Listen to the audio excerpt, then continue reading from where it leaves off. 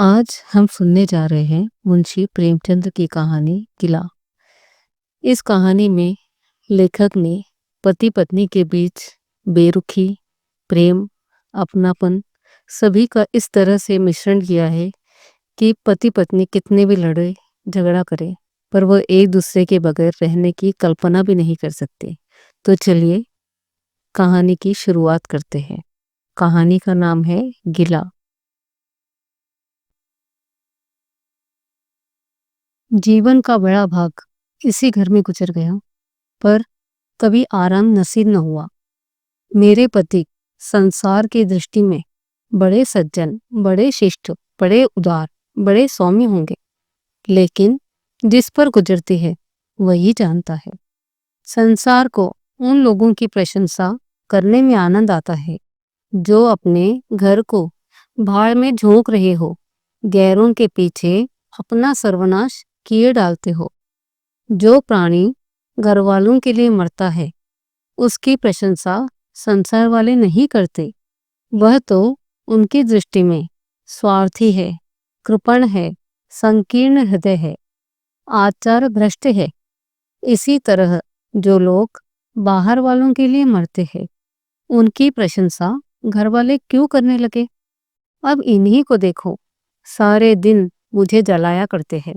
मैं पर्दा तो नहीं करती, लेकिन सौदे सुल्फ के लिए बाजार जाना बुरा मालूम होता है। और इनका ये हाल है कि चीज मंगवाओ तो ऐसी दुकान से लाएंगे जहां कोई ग्राहक भूल कर भी न जाता हो। ऐसी दुकान पर न तो चीज अच्छी मिलती है, न तौल ठीक होता है, न दाम ही उचित होंगे। यह दोष न होते तो वह दुकान बदनाम ही क्यों होती? पर इन्हें ऐसे ही गई बीती दुकानों की चीजें लाने का मरज है। बार बार कह दिया, साहब की चलती हुई दुकान से सौदा लाया करो, वहां माल अधिक खपता है, इसीलिए ताजा माल आता रहता है। पर इनकी तो टुटू पुंजिया से बनती है और वे इन्हें उल्टे धुरे के मूनते हैं। गेहूं लाएंगे तो सारे बाजार से खराब, भुना हुआ चावल ऐसा मोटा कि बैल भी न पूछे, दाल में करई और कंकर भरे हो। मनो लकड़ी जरा डालो, क्या मजाल कि गले। घी लाएंगे तो आधा आधा तेल या 16 आने कटोजेम, और दरअसल घी के एक छटाक कम। तेल लाएंगे तो मिलावट, बालों में डालो तो चिमट जाएंगी। किसी चलती हुई नामी दुकान पर जाते तो इन्हें जैसे डर लगता है, शायद ऊंची दुकान और फीके पकवान के कायल है। मेरा अनुभव तो यह है कि नीची दुकान पर ही सड़े पकवान मिलते हैं। एक दिन की बात हो तो बर्दाश्त कर ली जाए, रोज रोज का टंटा नहीं सहा जाता। मैं पूछती हूँ, आखिर आप टुटू पुंजियों की दुकान पर क्यों जाते हो? क्या उनके पालन पोषण का ठेका तुमने लिया है? आप फरमाते हैं, मुझे देखकर सबके सब बुलाने लगते हैं। जरा इन्हें बुला लिया और खुशामद के 2 शब्द सुना दिए, थोड़ी सी स्तुति कर दी, बस आपका मिजाज आसमान पर जा पहुंचा। फिर इन्हें सुधि नहीं रहती कि यह कूड़ा करकट बांध रहे हैं या क्या। पूछती हूँ, तुम उस रास्ते से जाते ही क्यों हो? क्यों किसी दूसरे रास्ते से नहीं जाते? ऐसे उठाई किरों को मुंह ही क्यों लगाते हो? इसका कोई जवाब नहीं। एक चुप 100 बाधाओं को हराती है। एक बार एक गहना बनवाने को दिया। मैं तो महाशय को जानती थी, इनसे कुछ पूछना व्यर्थ समझा। अपने पहचान के एक सुनार को बुला लाई थी। संयोग से आप भी विराजमान थे। बोले, यह संप्रदाय विश्वास के योग्य नहीं, धोखा खाओगी। मैं एक सुनार को जानता हूँ, मेरे साथ ही पड़ा हुआ है, बरसों साथ साथ खेले हैं। वह मेरे साथ चालबाजी नहीं कर सकता। मैंने भी समझा, जब इनका मित्र है और वह भी बचपन का, तो कहाँ तक दोस्ती का हक न निभाएगा। सोने का एक आभूषण और 100 रुपए इनके हवाले किए। इस भले मानुस ने वह आभूषण और रुपए न जाने किस बेईमान को दे दिए कि बरसों के झंझट के बाद जब चीज बनकर आई तो 8 आने तांबा और इतनी भद्दी कि देखकर भी घिन आने लगती थी। बरसों की अभिलाषा धूल में मिल गई, रो पीट कर बैठ रही। ऐसे ऐसे वफादार तो इनके मित्र हैं, जिन्हें मित्र की गर्दन पर छुरी फेरने पर संकोच नहीं होता। इनकी दोस्ती भी उन्हीं लोगों से है, जो जमाने भर के जट्टू गिरगिट लंगोट के फाग खेलने वाले फाके मस्त है, जिनका उद्यम भी इन जैसे आंख के अंधों से दोस्ती काटना है। नित्य ही एक न एक महाशय उधार मांगने के लिए सिर पर सवार रहते हैं और बिना लिए गला नहीं छोड़ते। मगर ऐसा कभी न हुआ कि किसी ने रुपए चुकाए हैं। आदमी एक बार खोकर सीखता है, 2 बार खोकर सीखता है, किंतु यह भले मानस 1000 बार खोकर भी नहीं सीखते। जब कहती हूँ रुपए तो दे आए, अब मांग क्यों नहीं लेते? क्या मर गए तुम्हारे दोस्त वह? तो बस बंगले झाँक कर रह जाते हैं। आपसे मित्रों को सूखा जवाब नहीं दिया जाता। खैर, सूखा जवाब न दो। मैं भी नहीं कहती कि दोस्तों से बेमुरौती करो, मगर चिकनी चुपड़ी बातें तो बना सकते हो, बहाने तो कर सकते हो। किसी मित्र ने रुपए मांगे और आप सिर पर बोझ पड़ा। बेचारे कैसे इनकार करते? आखिर लोग जान जाएंगे कि नहीं, यह महाशय भी खुखल है। इनकी हवीस यह है कि दुनिया इन्हें संपन्न समझती रहे, चाहे मेरे गहने ही क्यों न गिरवी रखने पड़े। सच कहते हूँ, कभी कभी तो एक एक पैसे की तंगी हो जाती है और इन भले आदमी को रुपए जैसे घर में काटते हैं। जब तक रुपए के वारे न्यारे न कर ले, इन्हें चैन नहीं आता। इनके करतूत कहाँ तक गाऊं? मेरी तो नाक में दम आ गया। एक न एक मेहमान रोज यमराज की भांति सिर पर सवार रहता है। न जाने कहाँ से बेफिक्रे इनके मित्र हैं। कोई कहीं से आ मरता है, कोई कहीं से। घर क्या है, अपाहिजों का अड्डा है। जरा सा तो घर मुश्किल से 2 पलंग, ओढ़ना बिछाना भी फालतू नहीं है। मगर आप है कि मित्रों को निमंत्रण देने को तैयार। आप तो अतिथि के साथ लेटेंगे, इसीलिए इन्हें चारपाई भी चाहिए, ओढ़ना बिछाना भी चाहिए। नहीं तो घर का पर्दा खुल जाता है मेरे बच्चों के सिर। गर्मियों में तो खैर कोई मुजायका नहीं, लेकिन जाड़ों में तो ईश्वर की याद आती है। गर्मियों में तो खुली छत पर तो मेहमान का अधिकार हो जाता है। अब मैं बच्चों के लिए पिंजरे में पड़ी फड़फड़ाया करूं। इन्हें इतनी समझ नहीं कि जब घर की यह दशा है तो क्यों ऐसे को मेहमान बनाए जिनके पास कपड़े लत्ते तक नहीं। ईश्वर की दया, इनके सभी मित्र इसी श्रेणी के हैं। एक भी ऐसा माई का लाल नहीं जो समय पड़ने पर धेले से भी इनकी मदद कर सके।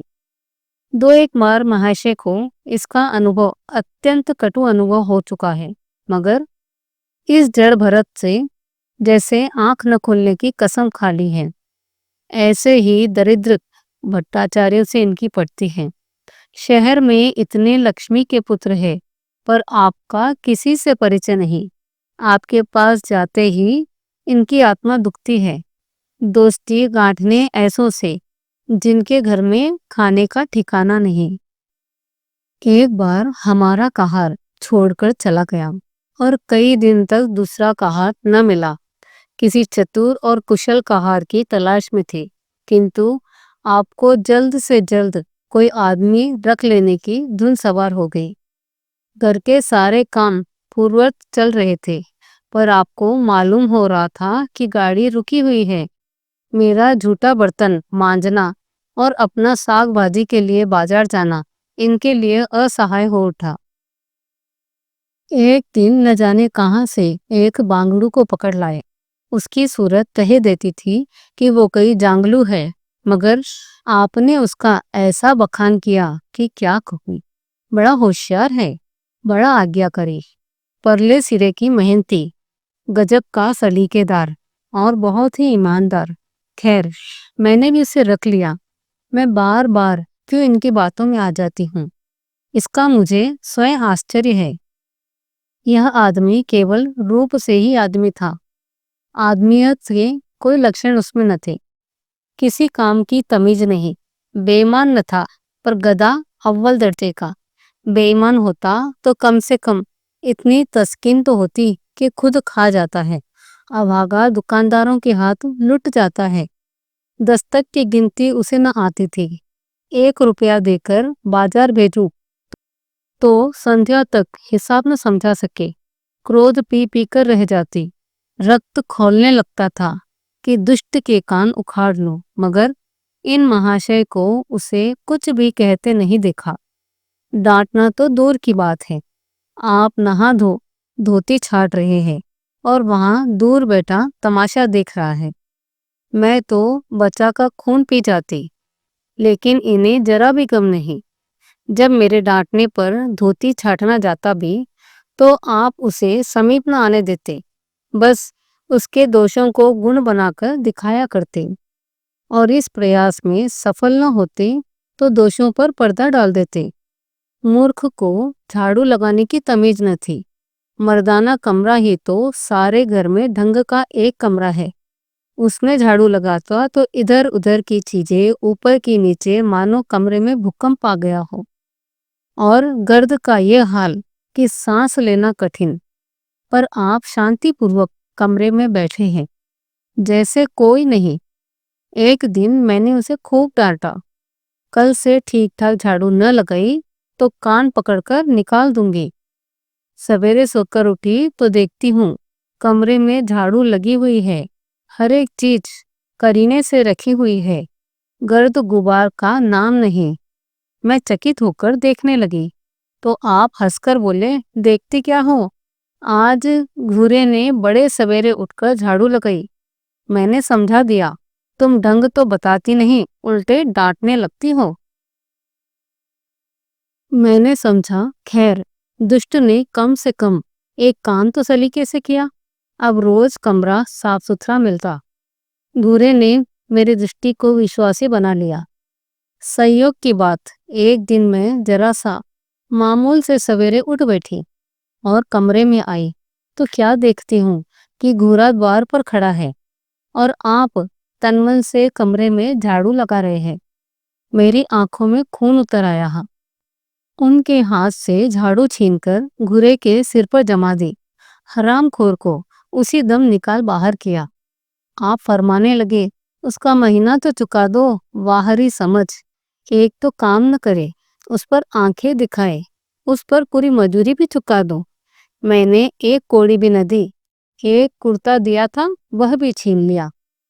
इस पर जड़ भरत महाशय ने मुझसे कई दिन रूठे रहे, घर छोड़कर भागे जाते, बड़ी मुश्किल से रुके। ऐसे ऐसे बोंदू भी संसार में पड़े हुए हैं। मैं न होती तो शायद अब तक इन्हें किसी बाजार में बेच दिया होता। एक दिन मेहतर ने उतारे कपड़ों का सवाल किया। इस बेकारी के जमाने में फालतू कपड़े तो शायद पुलिस वालों या रईसों के घर में हो, मेरे घर में तो जरूरी कपड़े ही काफी नहीं। आपका वस्त्रालय एक बक्ची में आ जाएगा, जो डाक के पार्सल से कहीं भी भेजा जा सकता है। फिर इस साल जाड़ों के कपड़े बनवाने की नौबत न आएगी। पैसे नजर नहीं आते, कपड़े कहाँ से बने। मैंने मेहतर को साफ जवाब दे दिया। कड़ाके का जाड़ा पड़ रहा था। इसका अनुभव मुझे कम न था। गरीबों पर क्या बीत रही है, इसका मुझे भी ज्ञान था, लेकिन मेरे या आपके पास खेद के सिवाय इसका कोई इलाज नहीं। जब तक समाज का यह संगठन रहेगा, ऐसी शिकायतें पैदा होती रहेगी। जब एक एक अमीर और रईस के पास एक एक मालगाड़ी कपड़ों से भरी हुई है, तब वो फिर निर्धनों को क्यों ना नग्नता का कष्ट उठाना पड़े। खैर, मैंने तो मेहतर को जवाब दे दिया है। आपने क्या किया कि आपका कोट उठाकर उसको भेंट कर दिया। मेरी देह में आग लग गई। इतनी दानशील नहीं हूं कि दूसरों को खिलाकर आप सो सकूं। देवता के पास यही तो एक कोट था।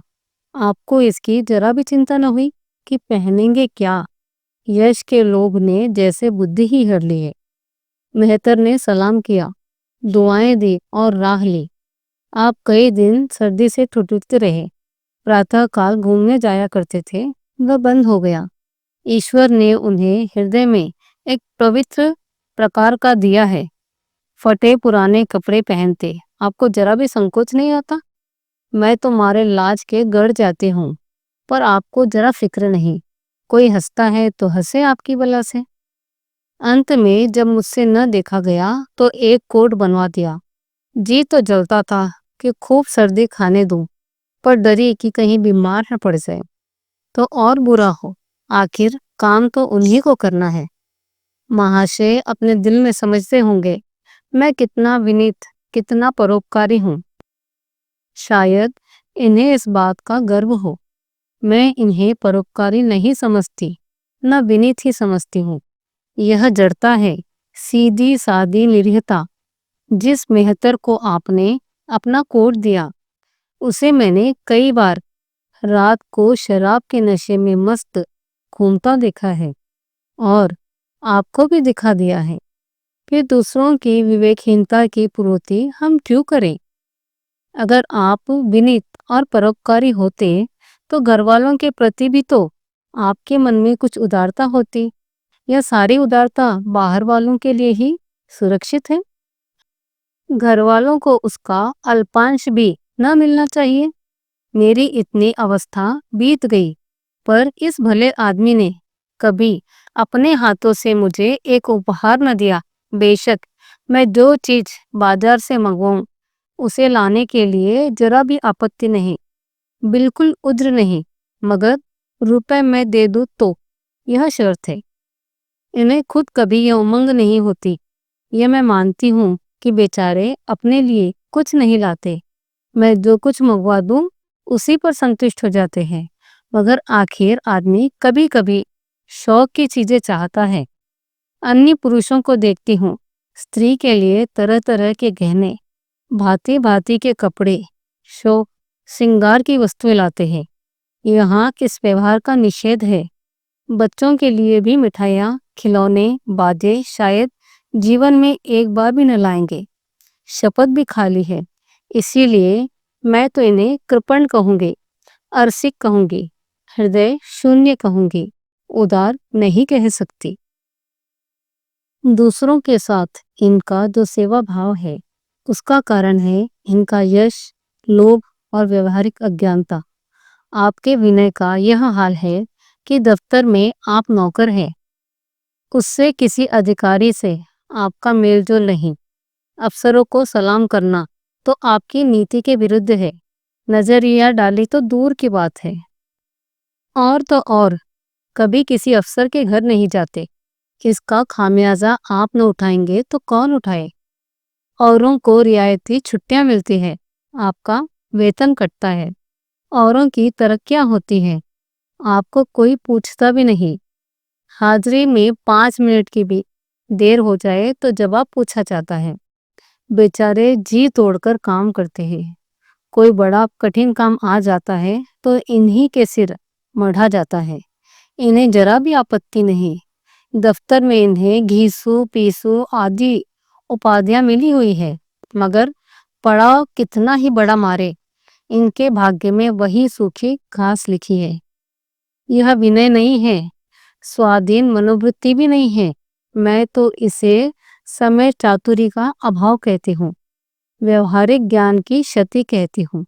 आखिर कोई अफसर आपसे क्यों प्रसन्न हो? इसीलिए कि आप बड़े मेहनती हैं, दुनिया का काम मुरवत और रवादी से करते हैं। अगर आप किसी से खिंचे रहे तो कोई कारण नहीं कि वह भी हमसे खिंचा न रहे। फिर जब मन में क्षोभ होता है तो वह दफ्तरी व्यवहारों में भी प्रकट हो ही जाता है। जो मातहत अफसर को प्रसन्न रखने की चेष्टा करता है, जिसकी जात से अफसर का कोई व्यक्तिगत उपकार होता है, जिस पर वह विश्वास कर सकता है, उसका लिहाज वह स्वभावत करता है। ऐसे सिरागियों से क्यों किसी को सहानुभूति होने लगी? अफसर भी तो मनुष्य है। उसके हृदय में जो सम्मान, विशिष्टता की कामना है, वह कहाँ पूरी हो? जब अधीनस्थ कर्मचारी ही उससे सिरंट रहे हैं तो क्या उसके अफसर उसे सलाम करने लगेंगे? आपने जहां नौकरी की वहां से निकाले गए, कभी किसी दफ्तर में 2-3 साल से ज्यादा न टिके, या तो अफसर से लड़ गए या कार्याधिक्य के कारण छोड़ बैठे।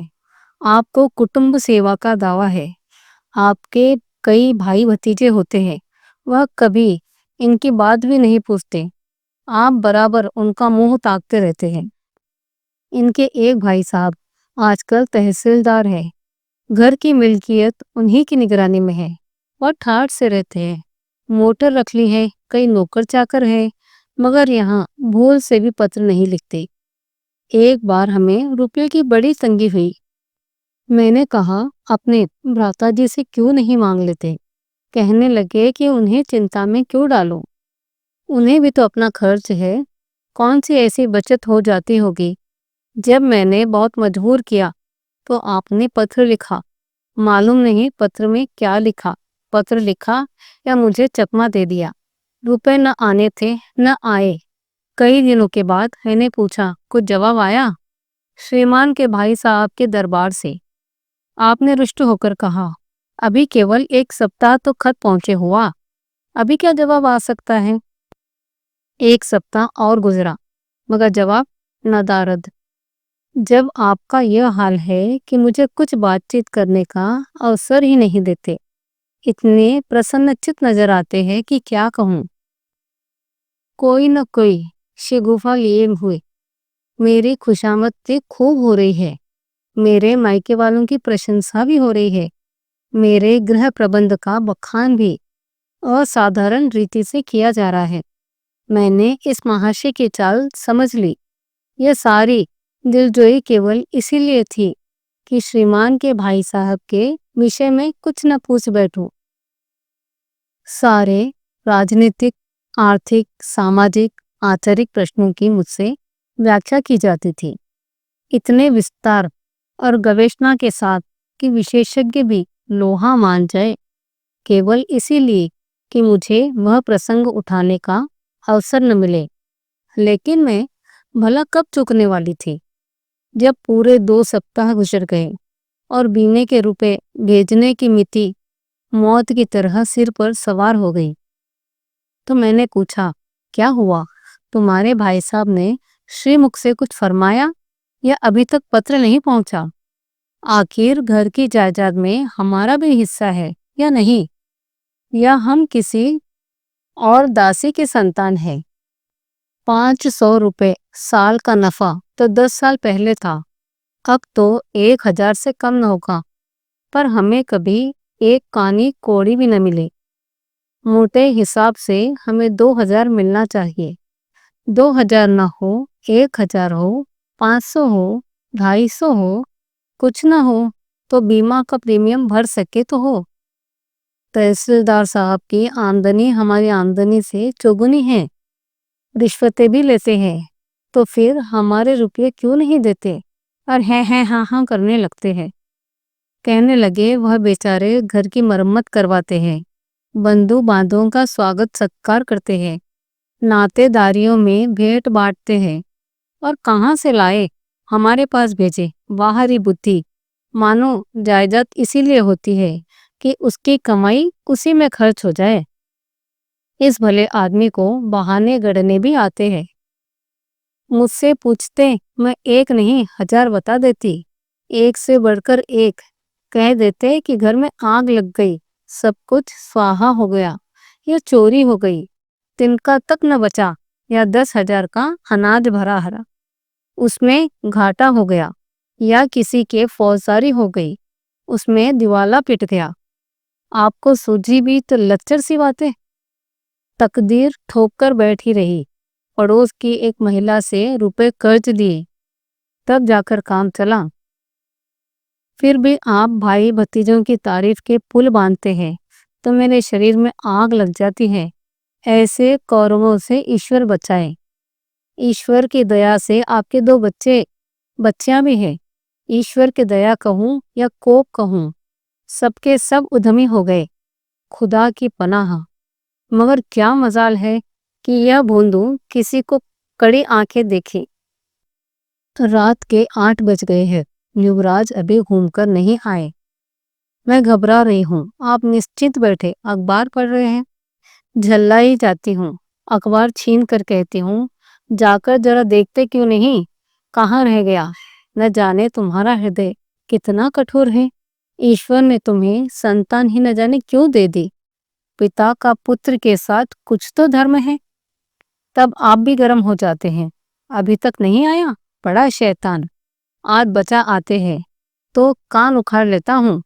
मारे हंटरों के खाल उधेड़ कर रख दूंगा। यो बिगड़कर तैश के साथ आप उसे खोजने निकलते हैं। संयोग की बात, आप उधर जाते हैं, इधर लड़का आ जाता है। मैं पूछती हूँ, तू किधर से आया है? तुझे वह ढूंढने गए हैं। देखना आज कैसी मरम्मत होती है। यह आदत ही छूट जाएगी। दांत पीस रहे थे, आते ही होंगे। छड़ी भी उनके हाथ में है। तुम इतने मन के हो गए हो कि बात नहीं सुनते। आज आटे दाल का भाव मालूम होगा। लड़का सहम जाता है और लैंप जलाकर पढ़ने बैठ जाता है। महाशय जी 2-2.5 घंटे बाद लौटते हैं, हैरान परेशान बदहवास। घर में पांव रखते ही पूछते हैं, आया कि नहीं। मैं उनका क्रोध उत्तेजित करने के विचार से कहती हूँ, आकर बैठा तो है, जाकर पूछते क्यों नहीं। पूछकर हार गई, कहाँ गया था, कुछ बोलता ही नहीं। अब गरज कर कहते हैं, मन्नू यहाँ आओ। लड़का थर-थर कांपता हुआ आकर आंगन में खड़ा हो जाता है। दोनों बच्चियां घर में छिप जाती है कि कोई बड़ा भयंकर कांड होने वाला है। छोटा बच्चा खिड़की से चूहे की तरह झांक रहा है। आप क्रोध से बौखलाए हुए हैं, हाथ में छड़ी है ही। मैं भी इस क्रोधान्वित आवृत्ति देखकर पछताने लगती हूँ कि कहाँ से इनसे शिकायत की। आप लड़के के पास जाते हैं, मगर छड़ी जमाने के बदले आहिस्ता से उसके कंधे पर हाथ रखकर बनावटी क्रोध से कहते हैं, तुम कहाँ गए थे जी? मना किया था ना, मानते नहीं हो। खबरदार, जो अब कभी इतनी देर होगी।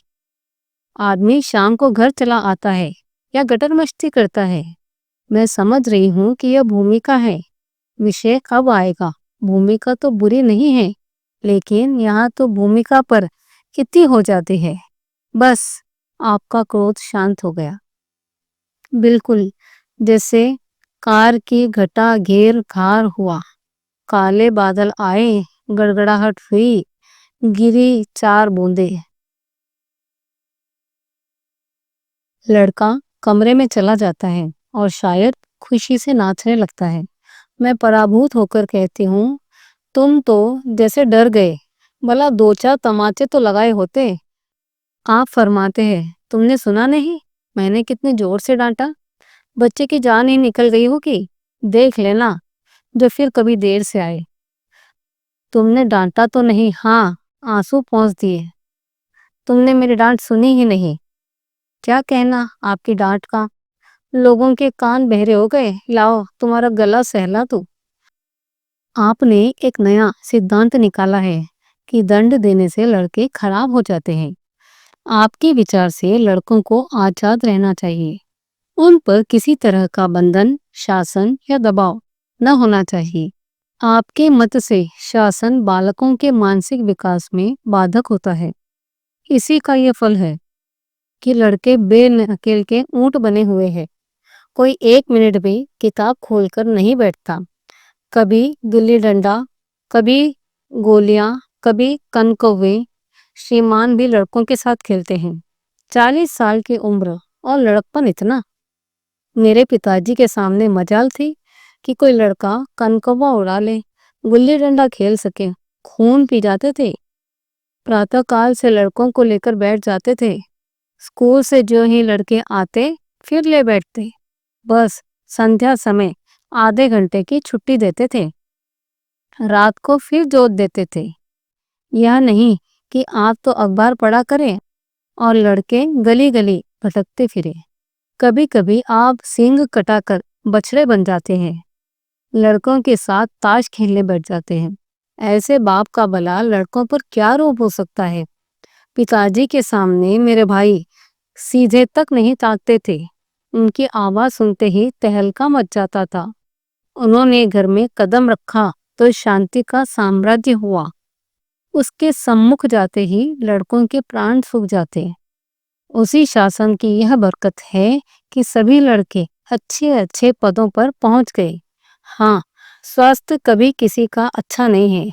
तो पिताजी का स्वास्थ्य कौन सा बड़ा अच्छा था। बेचारे हमेशा किसी न किसी औषधि का सेवन करते रहते थे। और क्या कहूँ, एक दिन तो हद हो गई। श्रीमान जी लड़के को कनकवा उड़ाने की शिक्षा दे रहे थे।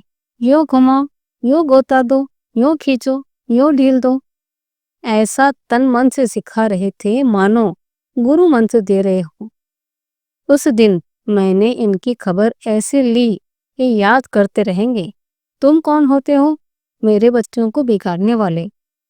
तुम्हें घर से कोई मतलब नहीं है न हो। केवल आप मेरे बच्चों को खबर न कीजिए, बुरी बुरी आदतें न सिखाइए। उन्हें सुधार नहीं सकते तो कम से कम बिगाड़िए मत। लगे बंगले झांकने। मैं चाहती हूँ एक बार यह भी गर्म पड़े तो मैं अपनी चंडी रूप दिखाऊं, पर यह इतना जल्द दब जाते हैं कि मैं हार जाती हूँ। पिताजी किसी लड़के को मेले तमाशे न ले जाते थे। लड़का सिर पटक कर मर जाए मगर जरा भी न पसीजते थे। और इन महात्मा जी का यह हाल है कि एक एक से पूछकर मेले ले जाते थे। चलो चलो, वहां बड़ी बहार है, खूब आतिशबाजियां छूटेगी, गुब्बारे उड़ेंगे, विलायती चरखियां भी है, उन पर मजे से बैठना। और तो और आप लड़कों को हॉकी खेलने के लिए नहीं रोकते। यह अंग्रेजी खेल भी कितने जानलेवा होते हैं। क्रिकेट, फुटबॉल, हॉकी, एक से एक घातक। गेंद लग जाए तो जान लेकर ही छोड़े। पर आपको इन सभी खेलों से प्रेम है। कोई लड़का मैच में जीतकर आता है तो आप ऐसे बोल उठते हैं मानो किला जीतकर आया हो। आपको इसकी जरा भी परवाह नहीं कि चोट चपेट आ गई है तो क्या होगा। हाथ पांव टूट गए तो बेचारों की जिंदगी कैसे पार लगेगी। पिछले साल कन्या का विवाह था। आपको जिद थी, दहेज में नाम कानी कौड़ी भी न देंगे, चाहे कन्या आजीवन कंवारी घर पर बैठी रहे। यहाँ आपका आदर्श आ गया। समाज के नेताओं का छल प्रपंच आए दिन देखते रहते हैं, फिर भी आपकी आंखें नहीं खुलती। जब तक समाज की ये व्यवस्था कायम है और युवती कन्या का अविवाहित रहना निंदास्पद है, तब तक यह प्रथा मिटने ही नहीं। दो चार ऐसे व्यक्ति भले ही निकल आवे जो दहेज के लिए हाथ न फैलाए, लेकिन इसका परिस्थिति पर कोई असर नहीं पड़ता और कुप्रथा ज्यों की तो बनी हुई है। पैसों की तो कमी नहीं, दहेज की बुराइयों पर लेक्चर दे सकते हैं, लेकिन मिलते हुए दहेज को छोड़कर देने वाला मैंने आज तक न देखा। जब लड़कों की तरह लड़कियों की शिक्षा और जीविका की सुविधाएं निकल आएगी तो यह प्रथा भी विदा हो जाएगी। उससे पहले संभव नहीं। मैंने जहां जहां संदेश भेजा दहेज का प्रश्न उठ खड़ा हुआ और आपने प्रत्येक अवसर पर टांग अड़ाई। अब इस तरह पूरा साल गुजर गया और कन्या को 17वां लग गया तो मैंने एक जगह बात पक्की कर ली। आपने भी स्वीकार कर लिया, क्योंकि वर पक्ष ने लेन देन का प्रश्न उठाया ही नहीं। हालांकि अंतःकरण में उन लोगों का पूरा विश्वास था कि अच्छी रकम मिलेगी और मैंने भी तय कर लिया था यथाशक्ति कोई बात उठा न सकूंगी। विवाह के सकुशल होने में कोई संदेह न था, लेकिन इन महाशय के आगे मेरी एक न चली। यह प्रथा निंदे है और यह रस्म निरर्थक है। यहाँ रुपए की क्या जरूरत, यहाँ गीतों का क्या काम।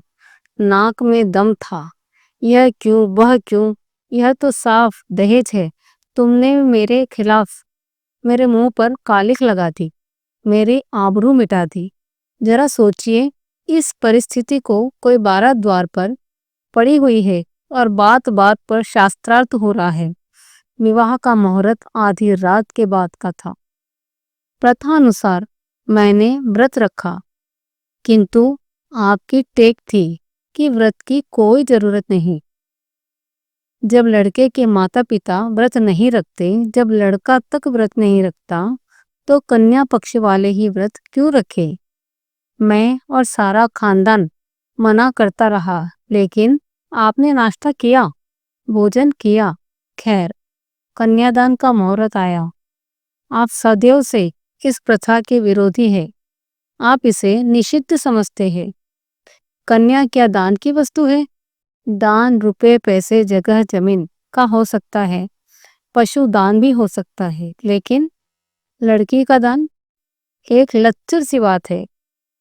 कितना समझाती हूँ, पुरानी प्रथा है, वेदकाल से होती चली आई है, शास्त्रों में इसकी व्यवस्था है, संबंधी समझा रहे हैं, पंडित समझा रहे हैं, पर आप है कि कान पर जू नहीं रेंगती।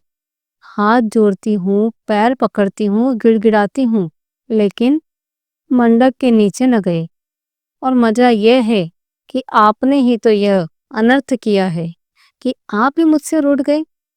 विवाह के पश्चात महीनों बोलचाल न रही। झक मारकर मुझे ही करनी पड़ी, मुझे ही मनाना पड़ा।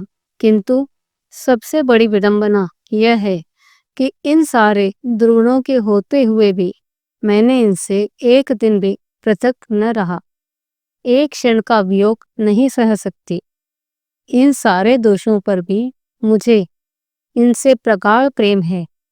इनमें यह कौन सा गुण है जिस पर मैं मुग्ध हूँ, जो मुझे इनकी चेरी बनाए हुए है। जरा मामूली सी देर से आते हैं तो प्राण नहों में समा जाते हैं। आज यदि विधाता इनके बदले मुझे कोई विद्या और बुद्धि का पुतला, रूप और धन का देवता भी दे, तो मैं उसकी आंख उठाकर न देखूं। यह धर्म की बड़ी नेकी है, कदापि नहीं। प्रथागत पतिव्रता भी नहीं, बल्कि हम दोनों की प्रवृत्ति में कुछ ऐसी क्षमताएं, कुछ व्यवस्थाएं उत्पन्न हो गई है, मानो किसी मशीन के कल पुर्जे घिसा घिसी फिट जाते हैं और एक पुर्जे की जगह दूसरा पुर्जा काम न दे सके, चाहे वह पहले से कितना ही सुडौल हो, नया और सुदृढ़ क्यों न हो। जाने हुए रास्ते से हम निशंक आंखें बंद किए जाते हैं। उसके ऊंच नीच, मोड़ और घुमाव सब हमारी आंखों में समाये हुए हैं। अनजान रास्ते पर चलना कितना कष्टप्रद होगा। शायद आज मैं इनके दोषों को गुणों से बदलने पर भी तैयार न होंगी। इस कहानी को मुंशी प्रेमचंद जी ने यही विराम दिया है। तो आपको उनकी यह रचना कैसी लगी, मुझे कमेंट कर जरूर बताइएगा। और ऐसे ही कहानियां सुनने के लिए चैनल को सब्सक्राइब जरूर कीजिएगा। मिलते हैं ऐसे ही किसी और कहानी के साथ। तब तक के लिए धन्यवाद।